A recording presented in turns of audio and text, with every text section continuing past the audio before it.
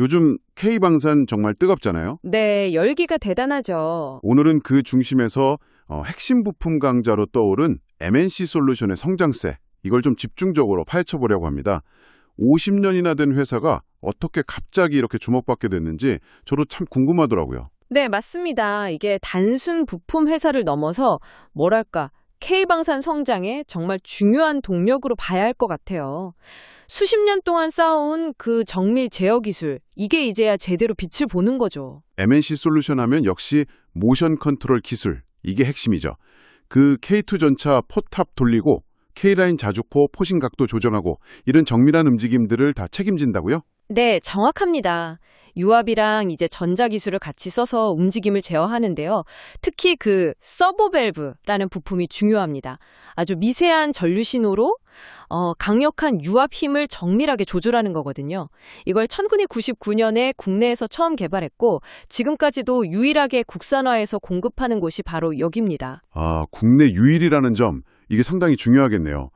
다른 데서는 왜 만들기 힘든 건가요? 단순히 기술적으로 어렵다기보다는요. 실제 군 작전 환경 있지 않습니까? 거기서 요구하는 아주 극한의 정밀도, 그리고 또 혹독한 환경을 견뎌내는 그 신뢰성, 이 두 가지를 동시에 만족시키는 게 핵심입니다. 수십 년간의 노하우나 또 검증 없이는 사실 진입하기가 어려운 뭐랄까 기술적 해자가 아주 높은 분야라고 할 수 있죠. 아, 그렇군요. 정말 독보적인 기술력이네요. 그래서 그런지 실적이 그야말로 폭발적으로 늘었죠. 2025년 상반기 실적 보니까 매출은 전년 같은 기간보다 한 37% 늘었는데 영업이익은 무려 120%나 급증했어요. 와, 네네. 이게 혹시 그 해외 직수출 효과? 이게 본격화된 결과라고 봐야 할까요? 정확히 보셨습니다. 특히 그 폴란드 쪽 K2 전차나 K9 자주포, 이 대규모 계약 물량이 본격적으로 반영되기 시작하면서 성장세가 아주 가팔라진 거죠. 예전에는 주로 한화 에어로스페이스나 현대 로템 같은 국내 대기업 통해서 간접적으로 수출했거든요. 근데 최근에는 인도 L&T사하고 직접 계약한 것처럼 해외 직수출 비중이 점점 늘어나고 있어요. 이게 수익성 개선에 아주 큰 도움이 되고 있습니다. 실제로 상반기 영업이익률 OPM이라고 하죠. 이게 13.3%까지 올라선 걸 보면 알 수 있습니다. 아, 직접 하니까 마진이 훨씬 좋아지는군요. 수주 잔고도 엄청나던데요. 2025년 6월 말 기준으로 거의 8,800억 원에 육박한다고요? 네, 그렇습니다. 이제 안정적인 성장을 위한 기반이 딱 마련된 셈이죠. 이렇게 수주 물량이 계속 늘어나니까 거기에 맞춰서 최근 3년간 생산 능력, 그러니까 CAPA라고 하죠. 이것도 꾸준히 늘려왔습니다. 이제는 연간 한 5천억 원대 매출을 소화할 수 있는 수준까지 확보를 했고요. 월간 전차 납품 기준으로 보면 예전에 10대 분량이었는데 이제 15대 분량까지 생산이 가능해졌어요. 생산 기반이 탄탄해지니까 이제 다른 기회들도 좀 보이는 것 같습니다. 신사업적으로도 되게 적극적이라고 들었어요. 맞습니다. 기존에 잘하던 방산 기술을 응용해서 예를 들면 인공위성 발사체 방향을 정밀하게 제어하는 부품, 이걸 TBC 구동장치라고 하는데요. 이런 거나 아니면 레이저 무기 관련 기술 같은 차세대 분야에도 계속 투자를 하고 있습니다.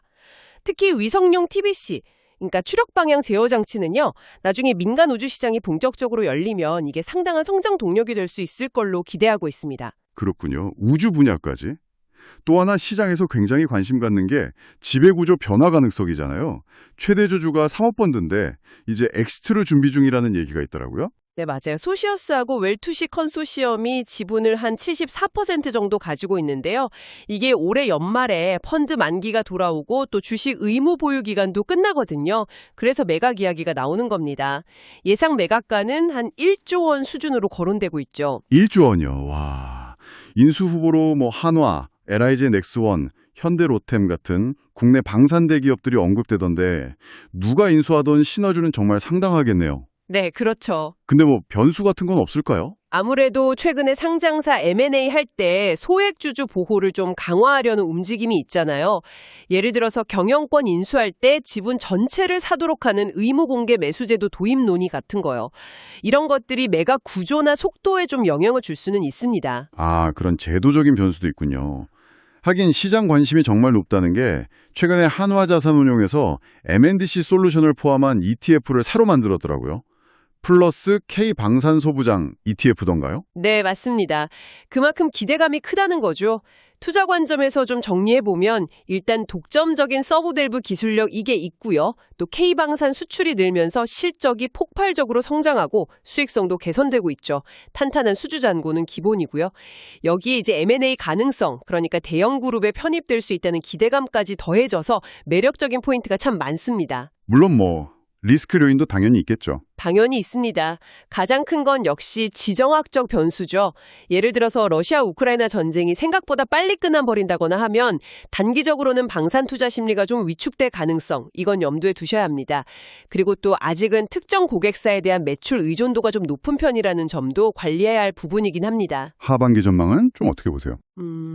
3분기는 아마 상반기랑 비슷한 수준을 유지할 것 같고요.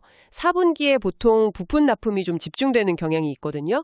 그래서 4분기에 다시 한번 실적이 좀 늘어나지 않을까 싶습니다.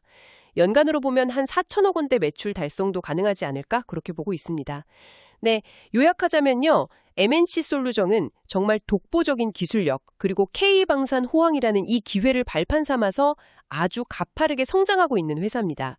특히 해외 직수출을 늘려가고 있고 또 우주항공 같은 신사업에 진출하는 걸 보면 이 회사의 미래 가치는 더 기대해볼 만하다 이렇게 말씀드릴 수 있겠습니다. 네, 정말 그렇네요. 여기에 또 M&A라는 큰 이벤트까지 앞두고 있으니까 앞으로 행보가 더욱 주목될 수밖에 없겠어요. 마지막으로 한 가지 좀 흥미로운 점을 덧붙이자면요. MNC 솔루션이 스스로 밝힌 목표가 단순 부품 공급사를 넘어서 부체계, 그러니까 서브 시스템 기업으로 성장하겠다는 거거든요. 그런데 만약에 이제 대형 방산 그룹의 인수가 된다면 과연 이런 독자적인 성장이 더 힘을 받을지 아니면 그냥 그룹 내 시너지 창출에 좀 더 집중하는 방향으로 갈지 이 인수 주체가 누가 되느냐 또 어떤 방식으로 인수가 되느냐에 따라서 이 회사의 장기적인 정체성이 좀 달라질 수도 있다는 점, 이 부분을 한번 눈여겨보시는 것도 재미있을 것 같습니다.